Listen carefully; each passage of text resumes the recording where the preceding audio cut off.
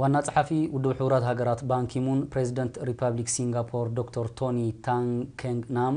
ፕሬዚደንት ሪፐብሊክ ኬንያ ኡሁሩ ኬንያታ ፕሬዚደንት ሪፐብሊክ ጋና ጆን ድራማኒ ማሃማ ፕሬዚደንት ፓኪስታን ማእሙን ሁሴን ፕሬዚደንት ቶጎ ፋውሬ ኦሳዚምና ግናሲምበን ንጉስ ኔዘርላንድስ ዊሊያም አሌክሳንደርን በመኽንያት መበል 23 ዓመት በዓል ናጽነት ናብ ህዝብን መንግስትን ኤርትራ ናይ ዮሃና መልእኽት ሰዲዶም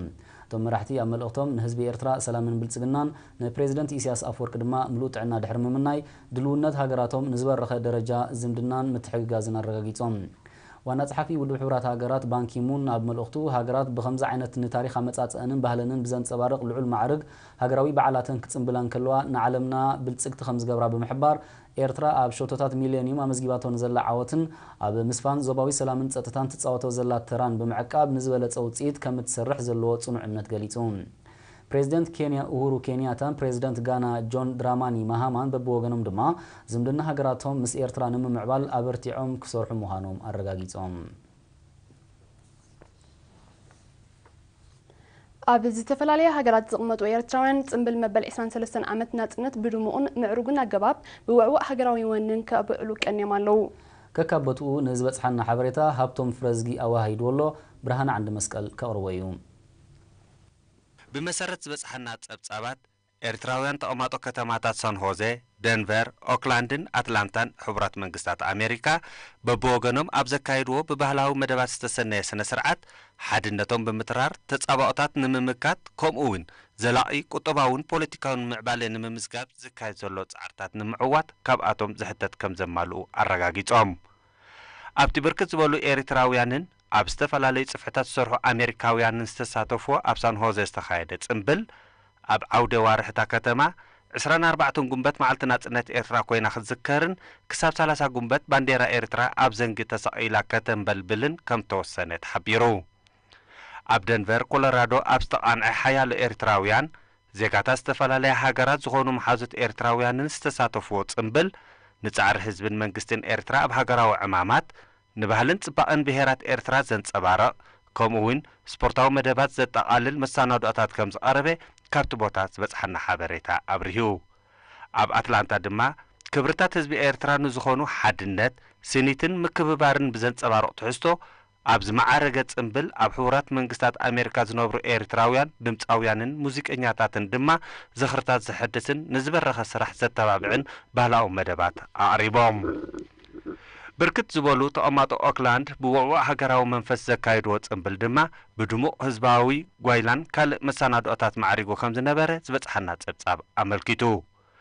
ኣብ ዞባ ማእከላይ ምብራቕ ድማ ኤርትራውያን ተቐማጦ ባሕሬን ኣቡዛብን ሰንዓን ንጽምብል ናጽነቶም ንርዝነት ናይታ ዕለት ብዝገልጽ ዝተፈላለየ መደባት ከም ዘብዓልዎ ከካቦትኡ ዝበጽሐና ሓበሬታ ኣብርሂቡ እቶም ነበርቲ በብወገኖም ኣብ ዘካይድዎ ስነ ስርዓት ተመዝጊቡ ዘሎ ቁጠባውን ፖለቲካውን ዓወታት ንምዕቃብን ንምድራዕን ከም ወትሩ ሓድነቶምን ስኒቶምን ብምዕቃብ ኣብ ዝተፈላለዩ ሃገራዊ ጉዳያት እጃሞም ክዕዝዙን ንጥፈታት ማሕበረኮማቶምን ኣብ ምውርጻጽ ብዝለዓለ ክሳተፉን ድልዋት ምህላዎም ኣረጋጊጾም ብተመሳሰሊ ማሕበረኮም ኤርትራውያን ነበርቲ ደቡብ አፍሪካ ከምኡውን ሃገራት ደቡባዊ አፍሪካ ማለት አንጎላ ዛምቢያ ዚምባብዌን ናሚቢያን መበል 23 ዓመት በዓል ናጽነቶም በሓበን ከም ዝጸምበሉ ካብ ኤምባሲ ኤርትራ ኣብ ደቡብ አፍሪካን ሃገራት ደቡባዊ አፍሪካን ዝበጽሐና ሓበሬታ ኣረዲዩ ኣብቲ ሚኒስተር ፍትሒ ፈውዚያ ሓሽም ዝተረኸበትሉ ኣብ ከተማ ፕሪቶሪያ ዝተኻየደ ጽምብል ኣምባሳደር ኤርትራ ኣብ ደቡብ አፍሪካን ሃገራት ደቡባዊ አፍሪካን ኣቶ ሳልሕ ዑመር ኣብ ዘስምዖ ቃል ምስ ናጽነት ሃገር ዝዳርግ ዝኾነ መለክዕ ከም ዘየለ ብምንጻር መልክዓቱ እናለዋወጠ ንዝመጽእ ተጻባኦታት ንምምካት ህዝብን መንግስትን ኤርትራ ከም ወትሩ ድልዋት ምህላዎም ኣረጋጊጹ ኣምባሳደር ሳልሕ ኣስዒቡ መዓልቲ ናጽነት ወኒ ሃገራዊ መንፈስ ዝሕይልን ምትከላውነትካ ኣብ ሃገራውነት ከም እትግምግም ዝገብርን ኣጋጣሚ ምዃኑ ብምጥቃስ ህዝብን መንግስትን ኤርትራ መሰረታዊ ቁጠባዊ ፍታሕ ዘምጹ ዓበይቲ ፕሮጀክትታት ኣብ ምትግባር ተጸሚዶም ከም ዘለዉ ኣብርሂቡ እዚ ከምዚ ኢሉ እንከሎ ከም መቐጸልታ ናይቲ ብ23 ጉበት ብወግዒ ዝተኸፍተ በዓል ናጽነት ኤርትራ ኣብ ሱዳን ኤርትራውያን ነበርቲ ካርቱም ድሙቕ ህዝባዊ በዓል ከም ዘካየዱ ልኡኻት ሚኒስትር ዜና ካብቲ ቦታ ሓቢሮም ኣብቲ ብርክት ዝበሉ ኤርትራውያንን መሓዙት ሱዳናውያንን ዝተረኽብሉ ኣጋጣሚ ፈጻሚ ጉዳያት ኤምባሲ ኤርትራ ኣብ ሱዳን ኣቶ ኢብራሂም ኢድሪስ ኤርትራ ሳላ ዘይትሰዓት ተጻዋርነትን ጻዕርን ህዝባ መንግስታን ሓይልታት ምክልኻላን ዘተኣማምን ባይታ ምዕባለ ኣንጺፋ ከም ዘላ ገሊጹ እቲ ጽምብል ካብ ኤርትራ ዝኸደት ጉጅለ ባህሊ ብዘቕረበቶ ጣዕሚ ዜማታት ምዕሩግ ምንባሩ ዝተቐሰት ሓበሬታ ተመሳሳሊ ጽምብል ኣብ ከተማታት ከሰላ ፖርሱዳንን ገዳርፍን ከም ዝካየድ ኣፍሊጡ እዚ ከምዚ ኢሉ እንከሎ ኤርትራውያን ነበርቲ ከተማ ኦስሎን ከባቢኣን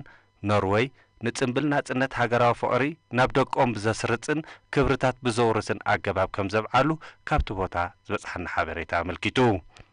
ኤርትራውያን ነበርቲ ኦስትሪያውን ብጊዲኦም መበል 23 በዓል ናጽነት ምስ ሃገሮም ንዘለዎም ጥምረትን ፍቕርን ብዘንጸባር ኣገባብ ከብዕልዎም ከለዉ ማሕበረኮም ኤርትራውያን ነበርቲ ሮማን ከባቢያን ኢጣልያ ኣብ ዘካይድዎ ውዕውዕ ጽምብል ድማ ብዝበረኸ ንቕሓት መኸትኦም ከም ዘሕይሉን መደባት ልምዓት ንምዕዋት ኣበርክቶኦም ከም ዝዕዝዙን ኣረጋጊጾም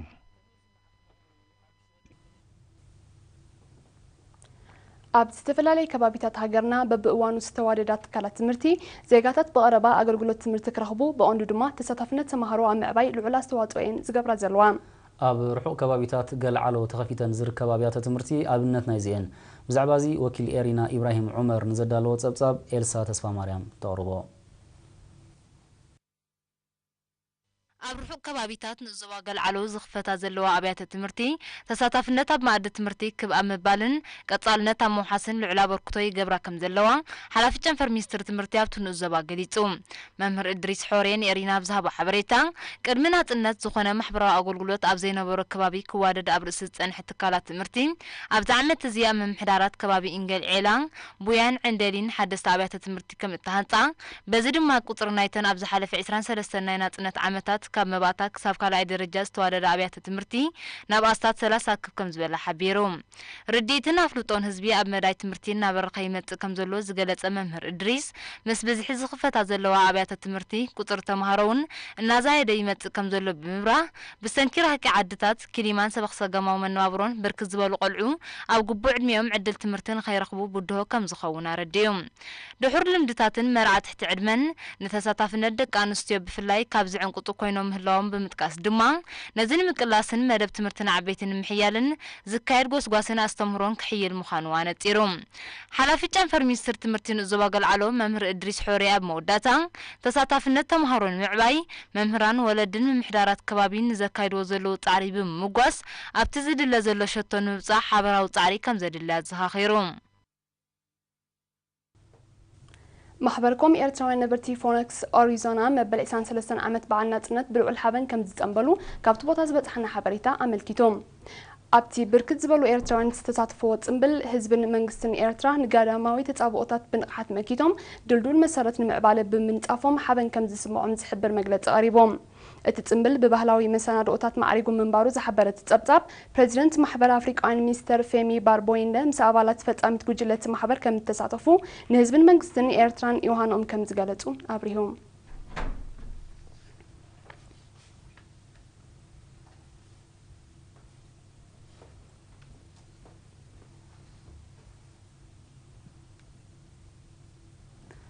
ቻምፒዮን ቅድድም ብሽክለታ ኤርትራ 2014 ቀዳም 31 ግንቦት ብውድድር ግዜ ማለት ክሮኖሜትር ሰንበት ሓደ ሰነ ድማ ብናይ ከተማ ውድድር ክካየድ እዩ ሙሉ ትሕዝትኡ ኣማኑኤል ኣልኣዛር ብመልክዕ ጸብጻብ ኣዳልይዎ ኣሎ ይስዕብ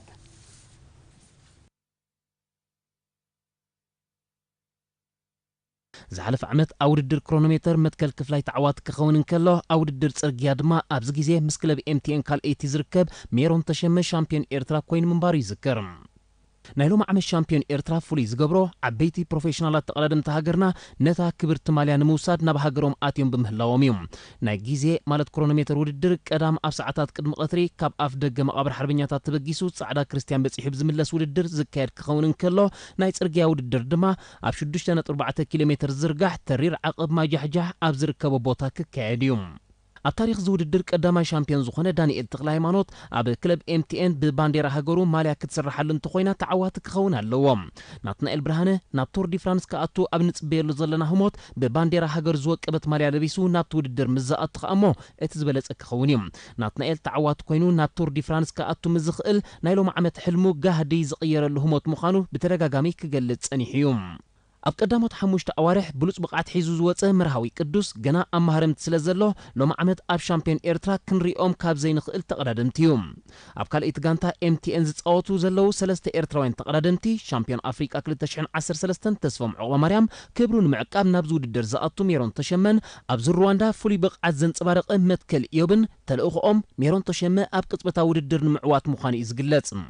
ነዞም ካብ ደገ ዝመጹ ተቐዳደምቲ ጥራይ ክንርኢ የብልናን ኣብ ውሽጢ ሃገር ዝርከቡ ተቐዳደምቲ ብቕዓቶም ላዕሊ ከም ዘሎ ብዙር ኣልጀርያ ኣመስኪሮም እዮም መኽሰብ ደበሳይ ተዓዋቲ ዙር ኣልጀርያ 2014 ብምዃኑ ናብዚ ውድድር ርእሱ ቅኒዑ ዝኣቱ ተቐዳዳማይ ክኸውን እንከሎ ኣብ ቅጽበታዊ ውድድር ካብ ግዜ ናብ ግዜ ብሉጽ እናኾነ ዝመጽእ ዘሎ ተቐዳዳማይ ኤሪቴል ዮናስ ተኸስተ ንዓበይቲ ተቐዳደምቲ ክምስጥ ዘይክእለሉ ምኽንያት የለን ትስፉ ተቐዳዳማይ ክለብ ኣስፔኮ ኣማኑኤል ገብረዝጋቢሄርከ ብፍላይ ኣብ ውድድር ክሮኖሜተር እንታይ ተኣምራት ኮኒ ከርኤና